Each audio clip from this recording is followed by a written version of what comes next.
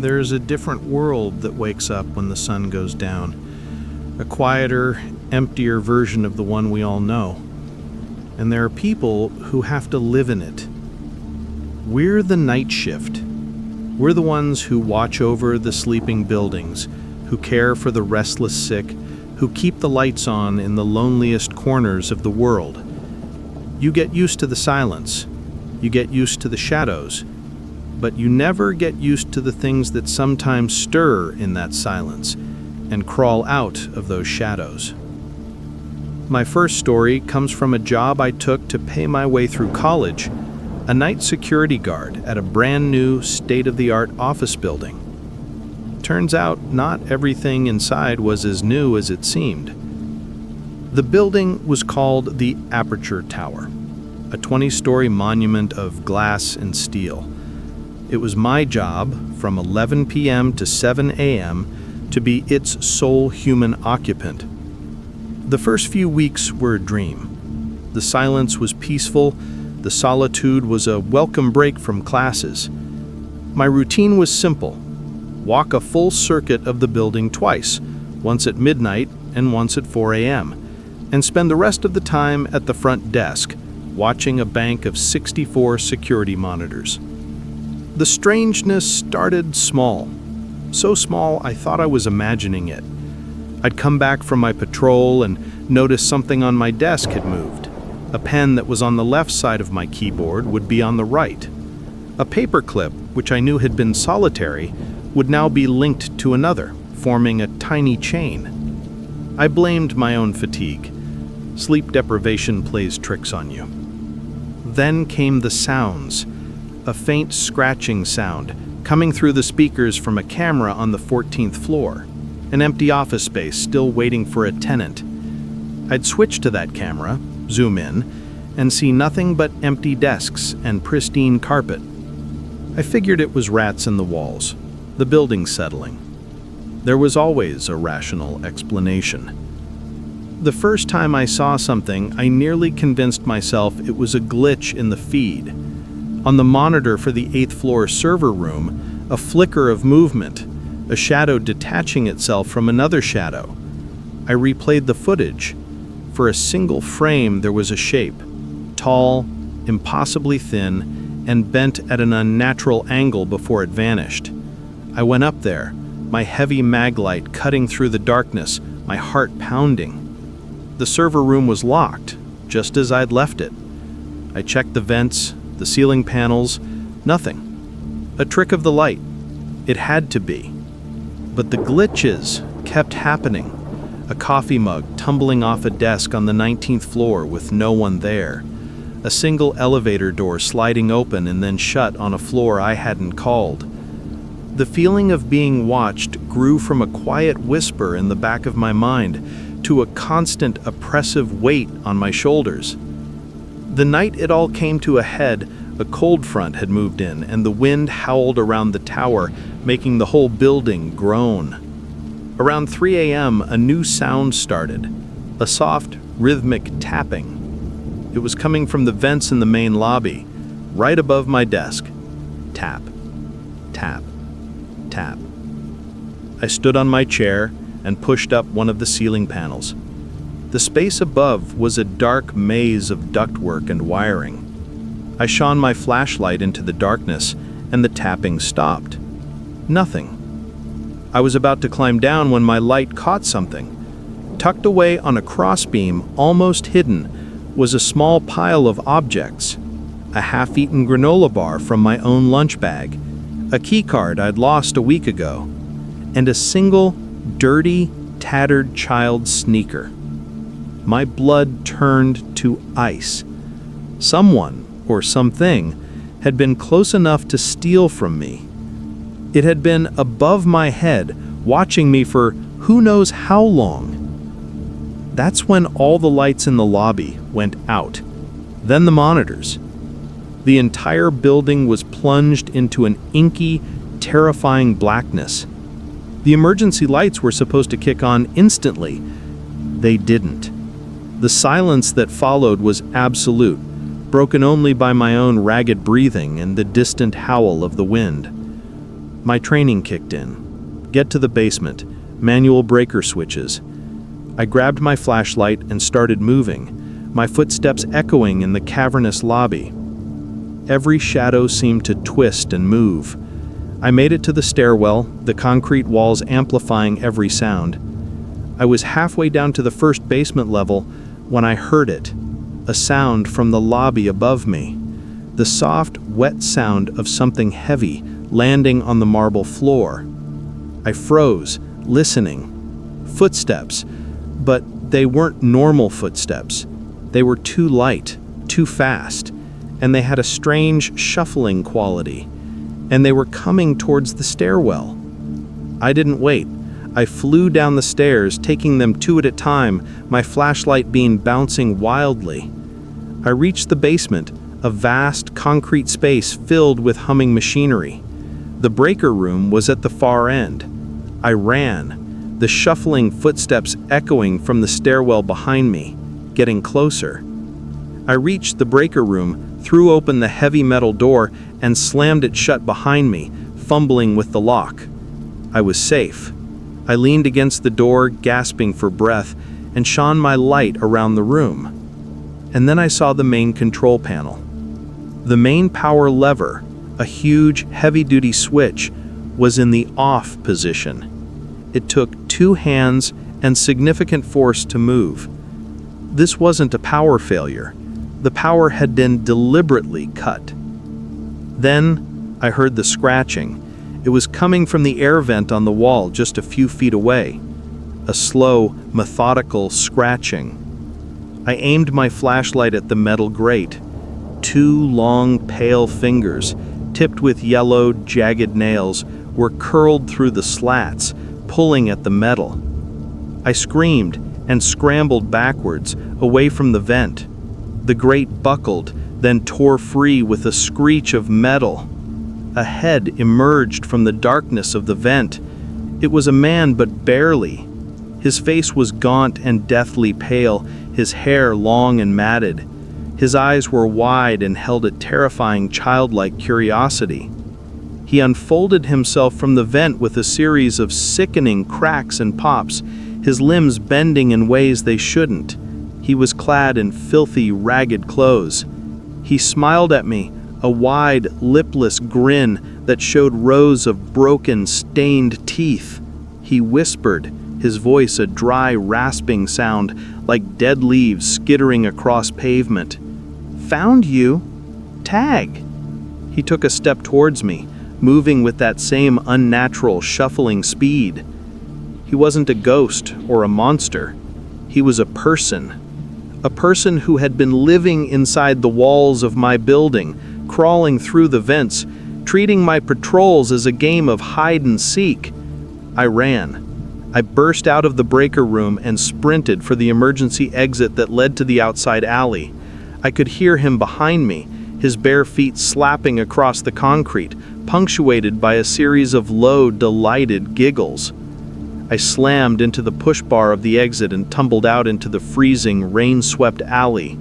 I scrambled to my feet and ran, not stopping until the glowing lights of a 24-hour diner promised sanctuary. I never went back. I left my final paycheck, my uniform, everything. The police investigated. They found the nest in the ceiling, the stolen items, the sneaker, but they never found him. The company that owned the tower sealed the report. As far as the new tenants knew, the building was perfect. But I know that somewhere, deep in the guts of that glass and steel tower, the game of tag is still going on, and he's just waiting for a new playmate. I finished my nursing degree and started working nights at a large county hospital. The night shift in a hospital has its own kind of creepiness. There's a weight to the silence, a history of pain and passing that hangs in the air, especially in the older wings. And that's where they put me, the North Wing. It was a relic, scheduled for demolition in a year, and it was used for patient overflow. It was a long, lonely hallway of semi-private rooms, And on my first night there, I was the only nurse on the floor. My charge nurse, a stern, seen-it-all woman named Brenda, gave me the rundown. "It's quiet back here," she'd said, her voice echoing in the empty corridor. "Just a few stable dementia patients and some post-ops. They sleep most of the night. You'll be fine." The first few hours were exactly that. I did my rounds, checked IV drips, and listened to the rhythmic symphony of beeping monitors and soft snores. The fluorescent lights overhead hummed, casting a sickly yellow glow on the linoleum floors. Around 2:30 a.m., a call light blinked on above the door of room 413. I checked my chart. Room 413 was supposed to be empty. It was at the far end of the hall, and we weren't supposed to have anyone back there. I figured it was just an electrical fault, a ghost in the machine. I walked down the long, silent hallway, my rubber-soled shoes squeaking softly. I reached the room and was about to hit the reset button when I heard a faint cough from inside. My heart skipped a beat. Had they moved a patient in without telling me? I pushed the door open. The door was dark, save for the pale moonlight filtering through the large window. There was a figure in the bed nearest the window, an old man, rail thin, with a shock of white hair. He was staring at the ceiling. "Hello?" I said softly. "I'm Sarah, your nurse. I saw your light on. Are you all right?" He turned his head slowly. His eyes, dark and deep-set, found mine. "Thirsty," he whispered, his voice weak and papery. "Could a fellow get a glass of water?" "Of course," I said, a little flustered. I hadn't been given a report on this patient. I didn't know his name, his condition, if he was on a fluid restriction. I glanced at his wrist. There was no hospital ID band. Red flag. "What's your name, sir?" I asked, trying to sound casual. He smiled, a faint, unsettlingly sweet smile. "You can call me Mr. Harrison. I'm new." I went to the small sink in the room and got him a cup of water, my mind racing. I needed to go find Brenda and figure out who this guy was. I handed him the water, and his fingers, cold and dry as bone, brushed against mine. He drank the water in one long, slow swallow. "Thank you, dear," he said, his eyes never leaving my face. "It's so nice to have a visitor. It gets lonely in here." "I'll be right back to check on you, Mr. Harrison," I said, backing out of the room. I hurried back to the nurse's station and found Brenda doing paperwork. "Brenda, who is in room 413? There's an elderly man in there, no wristband, he's not on my chart." Brenda looked up, her expression a mixture of annoyance and exhaustion. 413 is empty, Sarah. I told you that. Probably one of the wanderers from the 3rd floor. I'll call security to come get him. Don't worry about it. But I was worried. Something felt wrong. I went to the computer and searched the hospital's patient directory. Harrison. No results. I tried every variation. Nothing. He wasn't in our system. He wasn't a patient. I went back down the hall. I had to know. I stood in the doorway of 413, my hand on the frame. The room was empty. The bed was pristine, the sheets pulled tight, the cup of water gone from the bedside table. It was as if he had never been there. I stood there for a full minute, questioning my sanity. Had I imagined it? Was the exhaustion of the night shift finally getting to me? I was about to go back to the nurse's station and forget the whole thing when I noticed something on the floor next to the bed. A single, dark, wet footprint. But it wasn't from a shoe. It was from a bare foot. And it was leading, not towards the door, but towards the room's second empty bed. A chill that had nothing to do with the hospital's air conditioning crept up my spine. I took a hesitant step into the room and peeked behind the privacy curtain separating the two beds. Mr. Harrison was there. He was standing beside the second bed, his back to me. But he wasn't just standing there, he was leaning over the bed, and his shoulders were moving in a strange, rhythmic way. I heard a soft, wet, tearing sound.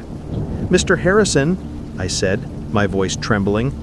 He stopped and slowly straightened up. He turned around and the sweet smile was gone. His face was slack, his jaw distended, and his mouth was covered in something dark and red. On the empty bed behind him lay a dead pigeon, its body torn open. "I was still hungry," he said, his voice no longer weak and papery, but a low, guttural rumble. It wasn't the voice of an old man. It was the voice of something ancient and predatory. He took a step towards me, and I saw his eyes.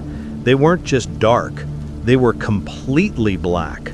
Two empty voids. This thing was wearing the skin of an old man like a costume. I didn't scream. I didn't have time. I slammed the door shut, fumbled with the lock on the outside, and turned it.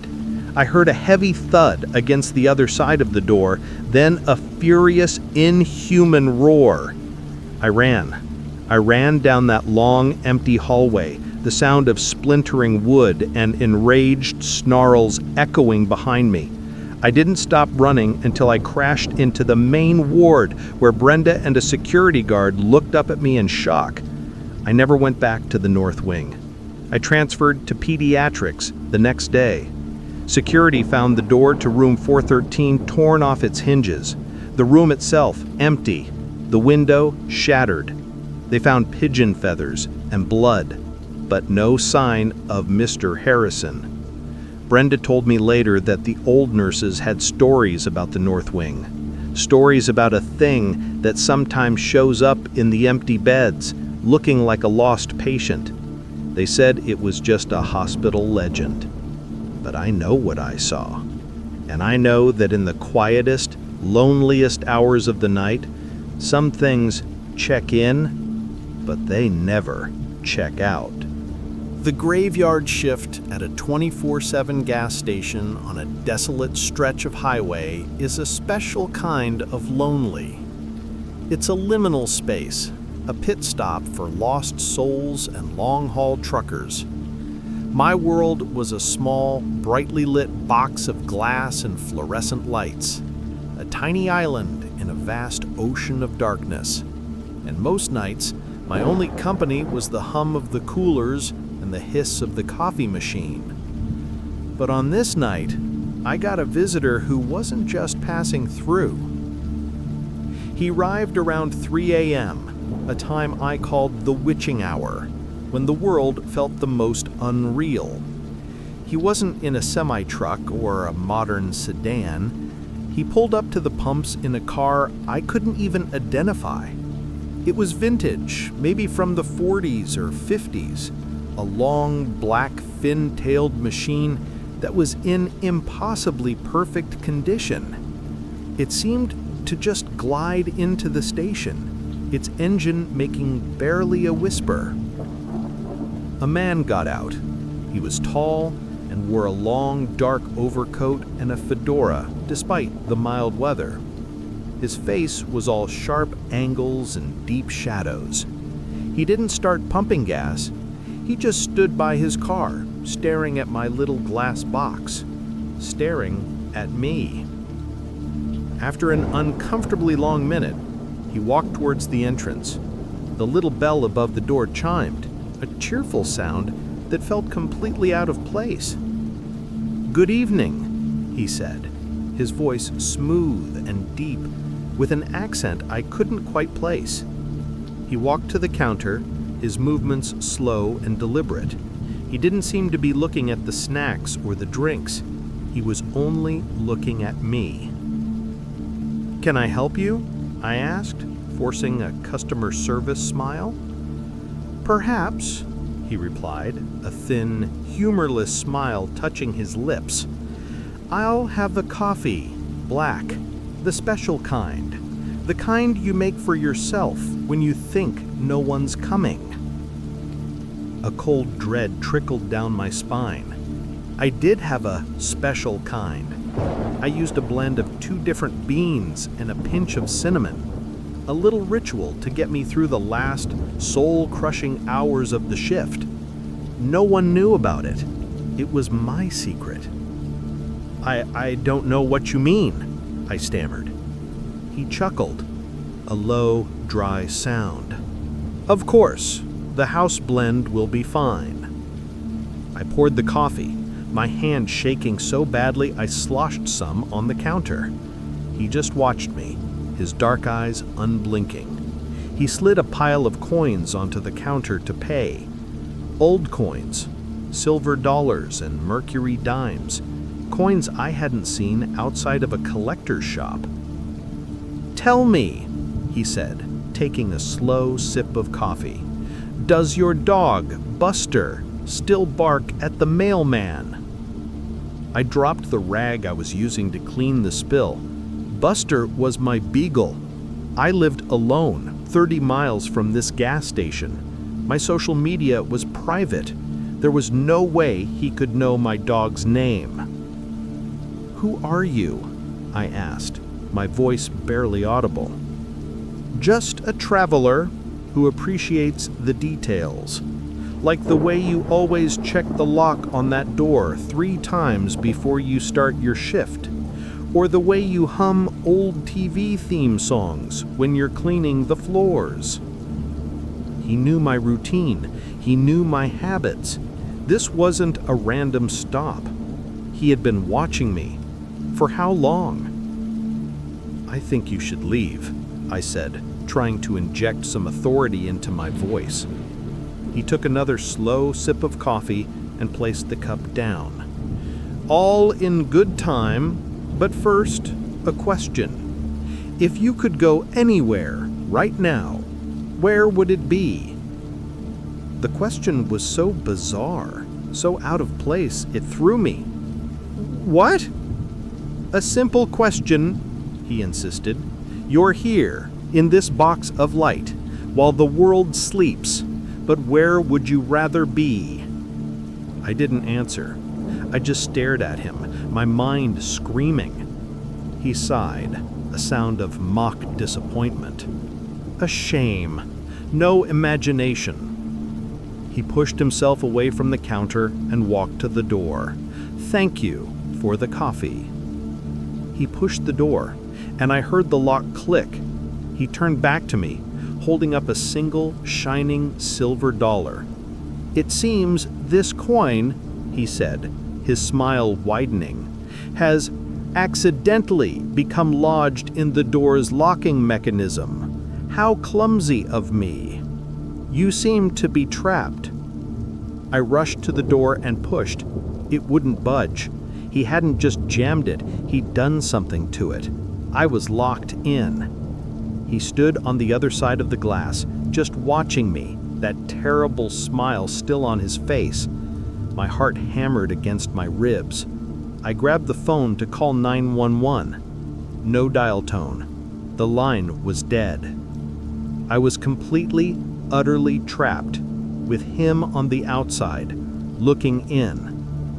Then, the lights in the station flickered, once, twice, and died.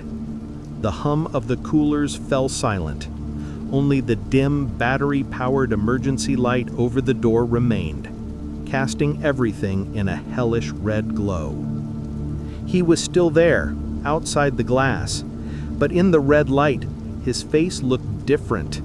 The shadows were deeper, his skin paler, and his eyes seemed to glow with a faint internal light. He raised a hand and pressed it against the glass. "Now," he whispered, his voice seeming to come from right beside me, even though he was outside. I finally screamed. I scrambled back, tripping over a display of chips, and cowered behind the counter. I closed my eyes, waiting for the sound of shattered glass. Instead, I heard the roar of a diesel engine and the loud hiss of air brakes. The station was flooded with the bright, blinding light of a semi-truck's high beams. I peeked over the counter. A massive 18-wheeler had pulled into the station. Its driver, a big, burly man climbing down from the cab. The man in the overcoat was gone. His perfect vintage car was gone. There was no trace he had ever been there. The door was unlocked. The phone had a dial tone. The trucker came in, grumbling about needing coffee. He didn't see my terror, my torn-apart store. To him, it was just another stop on a long, dark road. I served him his coffee, my hands still shaking. I spent the rest of the night watching the highway, flinching at every passing car. I quit at sunrise. I sold my car, broke my lease, and moved to a city where I'm never alone, where there's always noise and light, because I know he's still out there, traveling those lonely highways in his silent black car. And I know that he wasn't just a man, he was a collector, and he was collecting more than just details. Hey friends, thanks for listening. Click that notification bell to be alerted of all future narrations. If you got a story, be sure to submit them over at the comments section, and maybe even hear your story featured on the next video. Thanks so much, friends, and I'll see you again soon. Good night.